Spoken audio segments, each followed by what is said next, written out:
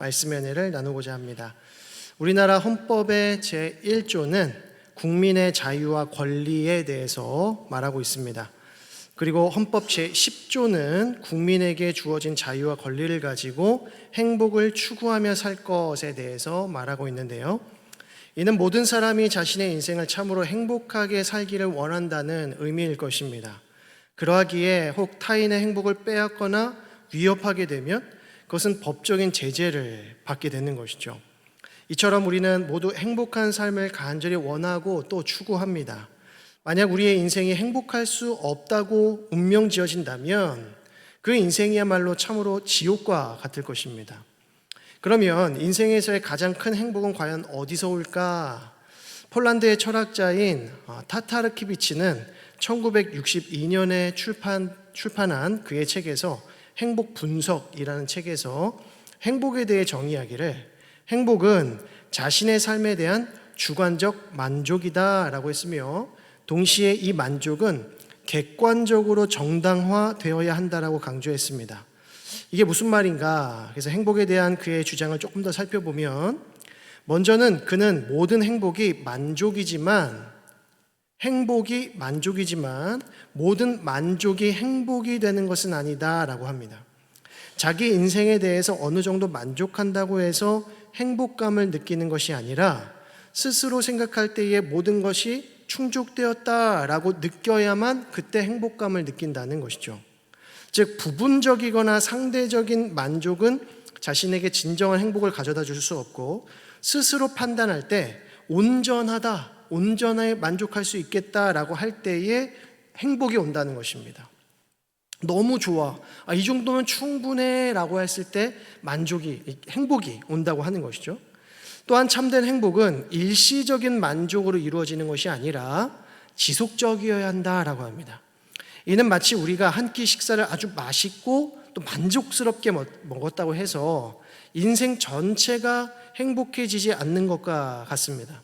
만족스러운 어떤 한순간이나 일시적인 상황이 아니라 지속적인 만족이 따라야만 진정한 행복을 누릴 수 있다는 것이죠. 이로 볼 때의 행복은 다른 이들과의 상대적이고 또 부분적인 비교에 의해서 주어지는 것이 아니며 또한 잠깐 동안의 일시적인 만족으로도 주어지는 것이 아님을 알 수가 있는 것입니다. 따라서 우리 인생의 참된 행복은 이 세상의 그 무엇과도 비교할 수 없는 절대적인 만족에서부터 와야 하고 어떤 특별한 상황 속에서 일시적으로 주어지는 만족이 아니라 언제 어느 순간에든지 늘 만족할 수 있어야만 행복을 누릴 수 있다는 것입니다. 그런데 참으로 놀랍게도 오늘 시편의 기자는 참된 행복을 누리고 있음을 볼 수 있습니다. 그는 스스로 고백하기를 이렇게 말하죠. 내게 부족함이 없으리로다. 부족함이 없다라고 말합니다. 본 시편의 저자는 다윗으로 알려져 있습니다. 학자들은 다윗이 이 시를 기록한 그 시점을 그가 이스라엘의 왕으로서 모든 것을 누릴 수 있었던 화려한 궁정에 거할 때가 아니라 그에게 가장 고통스러운 시기 중에 하나였던 압살롬에게 쫓길 때로 봅니다. 모든 것을 누릴 수 있는 왕의 신분이 아니라 자신의 목숨이 위태로웠던 도망자의 신세였을 때 이 시를 기록했다는 것이죠. 그럼에도 불구하고 다윗은 뭐라고 합니까? 내게 부족함이 없다라고 합니다. 즉 나는 행복하다라는 것이죠. 어떻게 이럴 수 있습니까? 객관적으로 보면 그는 너무나도 위태로운 상황에 처해 있지 않습니까? 그런데 다윗은 어떻게 행복할 수 있었던 것일까요? 다윗은 그 이유를 이렇게 밝힙니다. 여호와는 나의 목자시니 여호와께서 나의 목자가 되시기에 내게 부족함이 없다 하는 것입니다.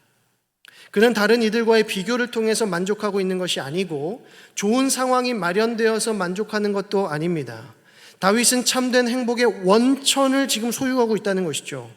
온전하고 영원한 만족이 되시는 여호와 하나님이 나의 목자이시기 때문에 내가 행복하다라는 것입니다. 오늘 설교의 제목인 여호와라라고 하는 뜻은 여호와는 목자이시다라는 표현입니다. 이 표현은 본 시편 1절의 표현을 그대로 빌려온 것인데 다윗은 지금 하나님을 향하여서 여호와 라라고 부른다는 것이죠. 곧 하나님은 목자이십니다라는 고백입니다. 하나님께서 나의 목자가 되신다는 것이 과연 어떤 의미이기에 다윗이 그토록 힘든 순간에도 참된 행복을 표현하고 있는 것인가? 하나님이 목자이시다라는 그 의미에 대해서 세 가지로 살펴보겠습니다. 첫째로 하나님은 인도하시는 분이시기에 목자이시다라는 것입니다. 요한복음 10장 10절의 말씀을 보게 되면 도둑이 오는 것은 도둑질하고 죽이고 멸망시키려는 것뿐이요 내가 온 것은 양으로 생명을 얻게 하고 더 풍성히 얻게 하려는 것이라고 말씀하셨습니다. 예수님은 스스로 선한 목자라고 하시면서 양으로 하여금 생명의 길로 인도하신다는 것이죠. 생명의 길로 인도하신다. 여기서 생명의 길이라고 하는 것은 두 가지 의미를 갖습니다. 첫째는 하나님께서 인도하시는 생명의 길이라고 하는 것은 육신의 필요를 채워주신다는 것입니다. 2절 말씀을 함께 보겠습니다. 우리 2절 말씀 같이 읽습니다. 시작. 그가 나를 푸른 풀밭에 누이시며 쉴 만한 물가로 인도하시는도다. 하나님은 당신의 양떼들을 푸른 풀밭으로 인도하셔 누이시고 또 쉴 만한 물가로 인도하셔서 참된 안식을 허락해 주신다는 겁니다. 우리는 출애굽 이후에 이스라엘 백성들이 불순종하여서 광야에서 방황하던 때를 좀 떠올릴 수 있습니다. 백성들은 하나님께서 인도하시는 길을 거절하고 하나님께 원망하기 시작합니다. 이에 하나님께서는 그들을 광야로 내모십니다. 광야는 분명히 푸른 풀밭도 아니었고 쉴 만한 물가도 찾아보기 어려웠습니다. 그럼에도 그들에게 부족함이 없었다는 것이죠. 왜 그렇습니까? 하나님께서 불기둥과 구름기둥으로 친히 그들보다 앞서가셨고 만나와 메추라기를 비롯한 모든 필요들을 넉넉히 공급하여 주셨기 때문입니다. 그래서 신명기 1장 33절에서 모세는 이스라엘 백성들에게 하나님이 누구이신지에 대해서 다음과 같이 소개합니다.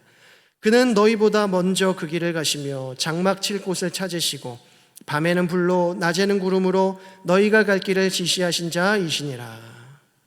하나님은 백성들을 앞세우지 아니하셨습니다. 오히려 언제나 하나님께서 먼저 앞장서 나아가셨습니다. 당신의 백성들을 생명의 길로 인도하시기 위함이었습니다. 제가 처음 운전을 배울 때 학습했던 안전수칙 중에 이런 게 있었습니다.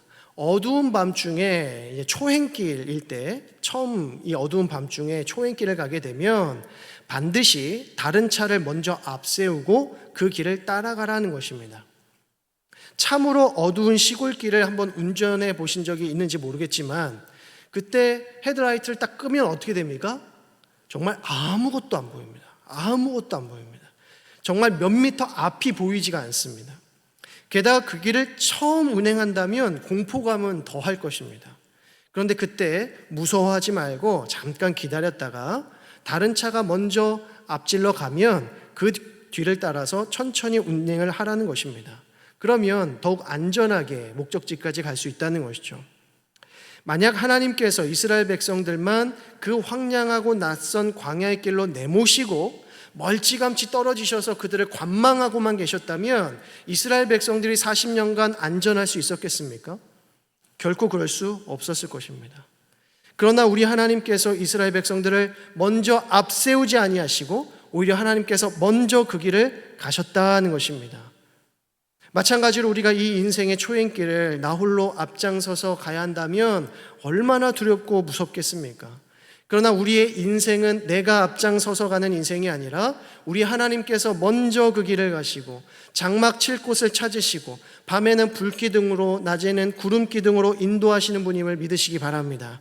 또한 이스라엘 백성들은 40년간 광야 생활을 하는 동안에 만나와 메추라기가 부족했던 적이 단 한 번도 없었습니다.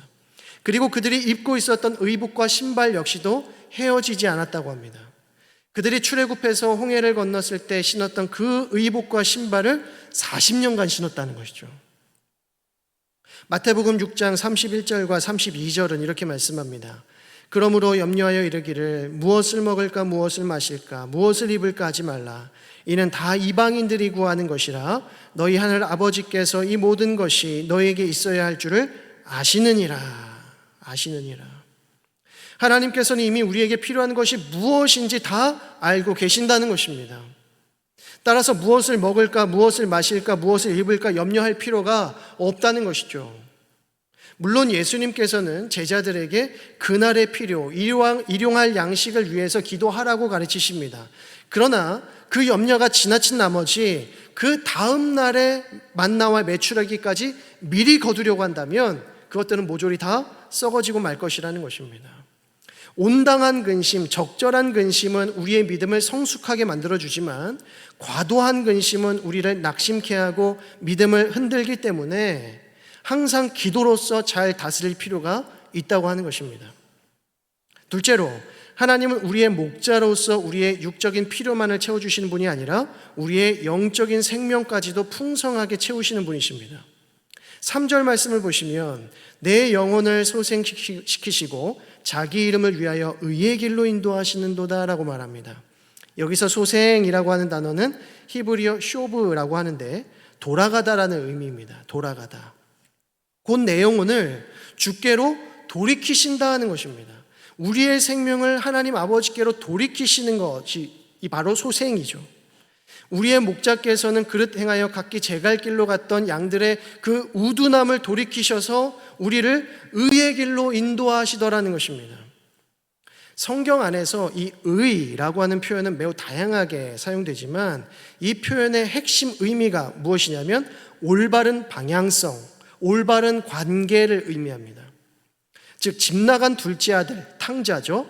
이 탕자가 잘못된 방향성을 가지고 살았던 그 자신의 영혼을 올바른 방향이 어디입니까? 아버지가 계신 그 집으로 향하는 그 방향으로 돌이키는 일, 그것이 소생이라는 것이죠. 그리하여 마침내 아버지께로 돌아와서 아버지의 품에 안기는 일, 그래야 아버지와 다시 그 관계가 온전히 회복되어지는 일, 그것이 바로 의라고 하는 것입니다. 주님께서 너희는 믿음 없는 이방인들과 같이 무엇을 먹을까 마실까 입을까 하지 말고 오직 무엇을 먼저 구하라고 하십니까? 마태복음 6장 33절 너희는 먼저 그의 나라와 그의 의를 구하라. 그리하면 이 모든 것을 너희에게 더하시리라고 합니다. 아버지를 떠났던 탕자가 허랑방탕하게 살다가 모든 것을 다 탕진하였을 때 이제는 무엇을 먹어야 하는가? 무엇을 마셔야 하는가? 무엇을 입어야 하는가 심히 염려하지 않을 수 없었습니다. 그러나 바로 그때에 그가 아버지께로 돌아와서 아버지와의 올바른 관계가 회복되었을 때에 어떤 일이 벌어집니까? 아버지는 그 탕자를 위하여서 큰 잔치를 베풀더라는 것입니다. 아버지로부터 모든 필요한 것들이 넉넉히 풍성하게 공급되더라는 것이죠. 마찬가지로 우리 하나님 아버지께서는 우리를 푸른 풀밭 쉴만한 물가로 인도하실 뿐만 아니라 의의 길로 인도하시는 분임을 믿으시길 바랍니다. 그래서 무엇을 먹을까 마실까 입을까 염려하지 말고 먼저 하나님의 나라와 의를 구하며 살아가는 저와 여러분 되기를 간절히 소망합니다. 다음으로 여호와께서는 우리의 목자가 되신다. 이 말은 하나님이 우리와 함께 하신다는 뜻입니다. 하나님이 우리와 함께하는 분이시다. 4절 말씀 보시면 우리 같이 읽어보겠습니다. 우리 4절 말씀 시작. 내가 사망의 음침한 골짜기로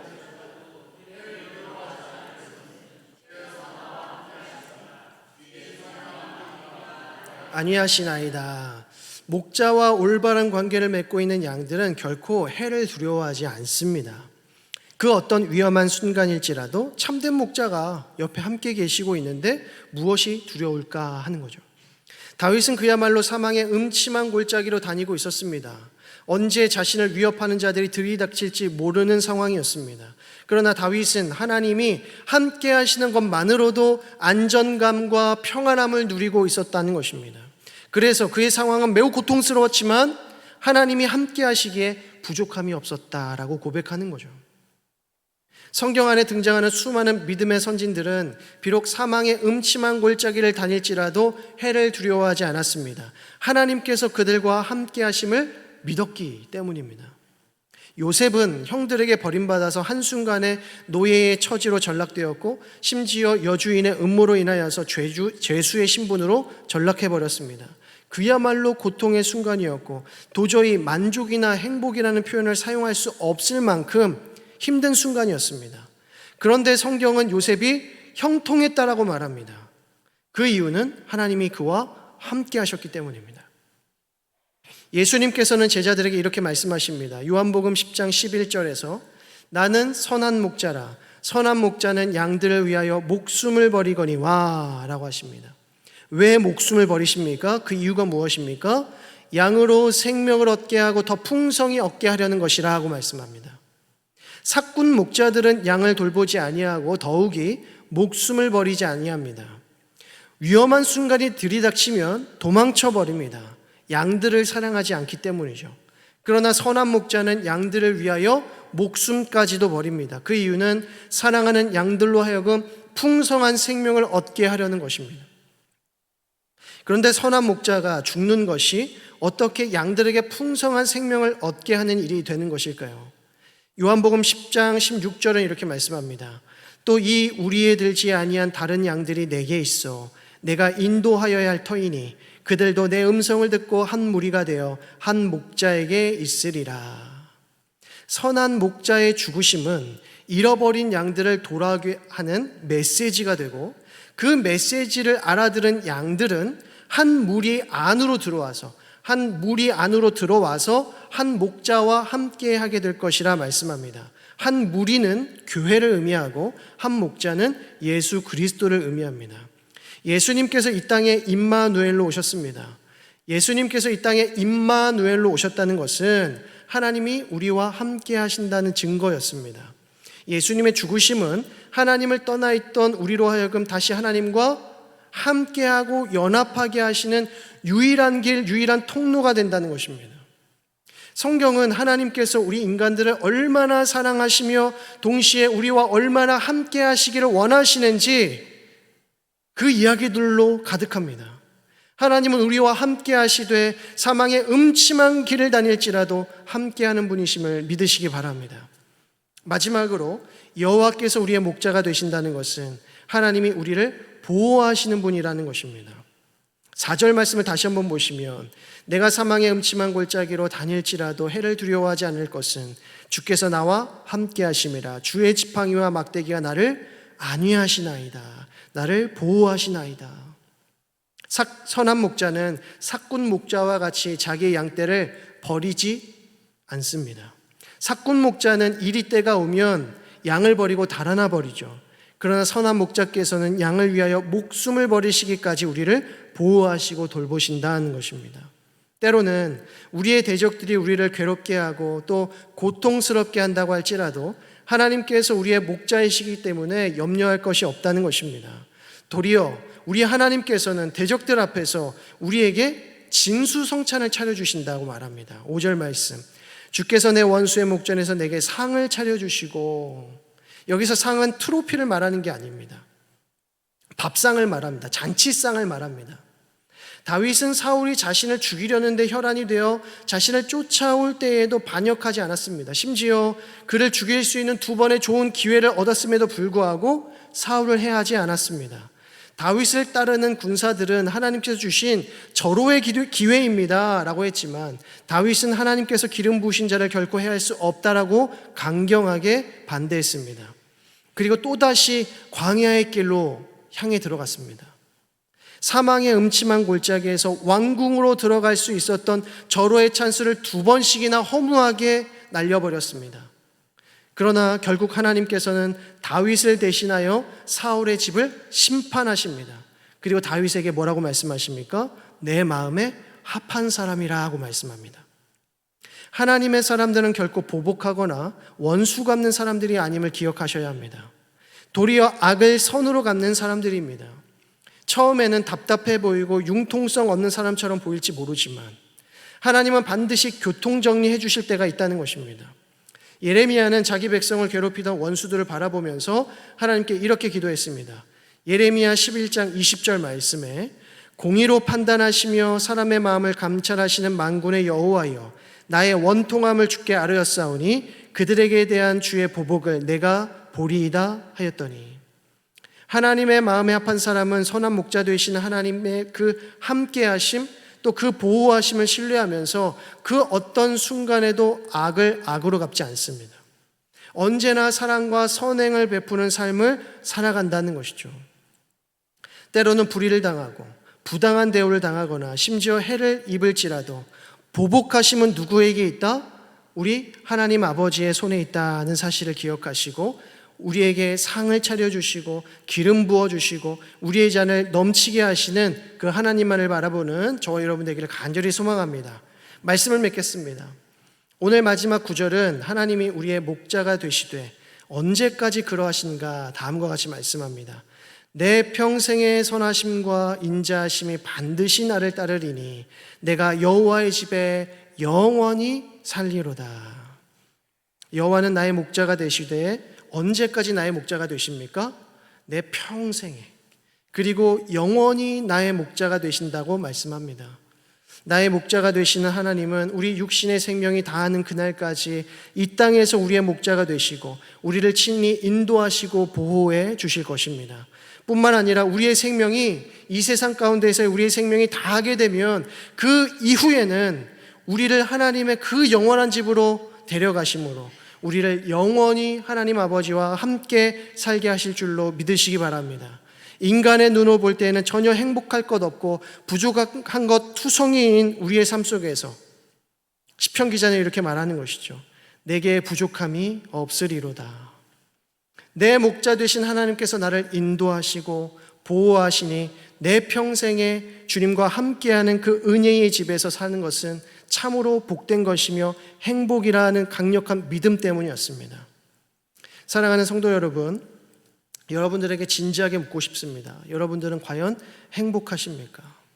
참으로 만족스러운 삶을 살고 계십니까? 앞서 소개해드린 폴란드의 한 철학자의 그 분석대로 우리 인간의 행복이 완전한 만족이나 지속적인 만족으로만 가능하다고 한다면 이 세상에서 그 누가 참으로 행복할 수 있겠습니까? 세상적인 눈으로 더 많이 가진 자들과 비교해 볼 때에, 상황과 환경을 따져 볼 때에 우리는 결코 만족스럽지 못하고 지속적이지도 못합니다. 그러나 이 시편 기자의 고백과 같이 내 평생에 나를 인도하시고 보호해 주시고 함께 하시는 그 주님이 우리와 동행하신다는 사실을 깨달을 때에, 우리와 영원히 함께 하신다는 그 사실을 기억할 때에 우리는 날마다 행복한 삶, 충분히 만족스러운 삶을 살아가게 될 줄로 믿습니다. 그때에는 저와 여러분들도 이렇게 고백하게 될 것입니다. 여호와는 나의 목자시니 내게 부족함이 없으리로다. 우리 따라해 볼까요? 함께 읽어보겠습니다. 시작. 여호와는 나의 목자시니 내게 부족함이 없으리로다. 한 번 더요. 여호와는 나의 목자시니 내게 부족함이 없으리로다. 아멘. 기도하겠습니다. 하나님 아버지, 은혜와 사랑을 감사드립니다. 이 오후의 시간에도 우리를 이 귀한 예배의 자리로 불러 모아주시고 여호와 하나님, 우리의 목자 되신 하나님을 다시 한번 기억하며 묵상케 하시니 감사드립니다. 이 시편 기자의 고백과 같이 내 평생에 나를 인도하시고 또 함께 하시며 보호해 주시는 하나님이 우리의 선한 목자 되심을 깨닫고 이후에도 영원히 하나님의 집에 거하게 될 것을 사모하며 늘 만족하고 감사하는 복된 인생 되게 하여 주옵소서. 다윗의 고백과 같이 여호와는 나의 목자시니 내게 부족함이 없으리로다. 이 고백이 우리 모든 성도들의 참된 믿음의 고백 될 수 있도록 역사하여 주옵소서. 하나님, 새롭게 시작되는 이 한 주의 삶 가운데에서도 우리와 함께하여 주시고 동행하여 주시어서 만족스러운 삶, 형통하는 삶, 행복한 삶을 누리며 살아갈 수 있도록 인도하여 주옵소서. 믿고 감사드리며 예수 그리스도의 이름으로 기도드립니다. 아멘.